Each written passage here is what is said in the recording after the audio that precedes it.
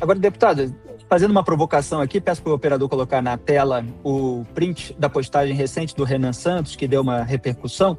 Ele publicou o seguinte: americano nenhum vai matar nossos bandidos. Isso foi depois da decisão dos Estados Unidos de classificar PCC e CV como grupos terroristas. Quem vai matar seremos nós. Honra e glória aos nossos policiais. Ele até reclamou que alguns veículos de imprensa só colocaram a primeira frase, não colocaram o que veio em seguida. Mas esse tipo de discurso não é semelhante ao bandido bom é bandido morto, não gera uma similaridade de eventual percepção, pelo menos, de radicalismo por parte do candidato, uma similaridade com aquele Jair Bolsonaro mais antigo? Ou é uma forma de usar aí uma retórica um tanto mais dura, mas que na conduta apresentaria nuances? Eu digo isso porque é óbvio que não se pode legitimar o abuso policial, a violência policial, a execução quando o preso já está sob custódia. Não estou dizendo que o Renan Santos está fazendo isso, mas quando ele faz uma síntese assim,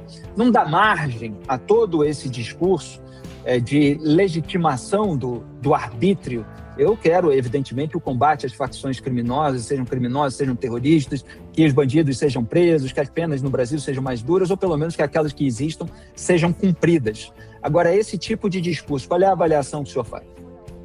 Eu acho, primeiro, tem uma diferença fundamental para o Bolsonaro, falando coisas semelhantes a isso, que é nós temos substância, nós temos o método, nós temos a proposta, nós temos o como nós vamos fazer isso, e nós temos a comprovação, pelo menos do meu mandato e de outros mandatos de integrantes do Movimento Brasil Livre, de que a gente tem a capacidade de implementar políticas que tem, e aí, Felipe, eu não vejo nenhuma possibilidade de retomada de território sem morte de faccionados, né?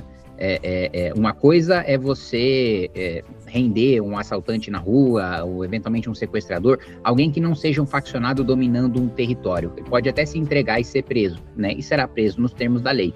Agora, aqueles que dominam territórios que hoje governam aí cerca de 40 milhões de brasileiros, eles não vão largar suas armas, eles não vão abrir mão voluntariamente dos seus territórios, em que eles exploram o gás, em que eles têm tribunal do crime, eles exploram a energia elétrica, eles exploram o serviço de TV, eles extorquem os comerciantes em troca de proteção.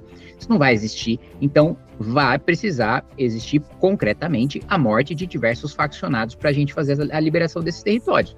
E isso é coluna fundamental do nosso discurso e do discurso do Renan.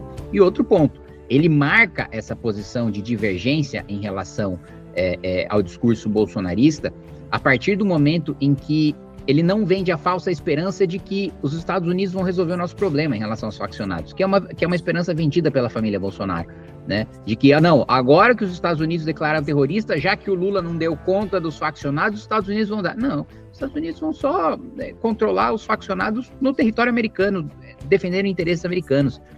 A SWAT não vai descer aqui no Brasil e vai retomar territórios e vai acabar com o crime organizado. Eles vão controlar a atuação do PCC nos Estados Unidos e o máximo que isso terá de efeito no Brasil, e é um efeito positivo, é que as instituições financeiras vão precisar ter mais cuidado, investir mais no compliance, para não ter ligações com o crime organizado, que passa a ser considerado terrorista pelos Estados Unidos, e todos os bancos nacionais que estão ligados ao sistema SWIFT, que são a maior parte deles, dependem do sistema americano e, portanto, não querem sanções americanas. Então, Felipe, em suma, eu acho que não tem como um país que tem 40 milhões de pessoas sendo governadas por facções criminosas não ter um discurso radical em relação à segurança pública. Agora, o radicalismo não pode ser vazio.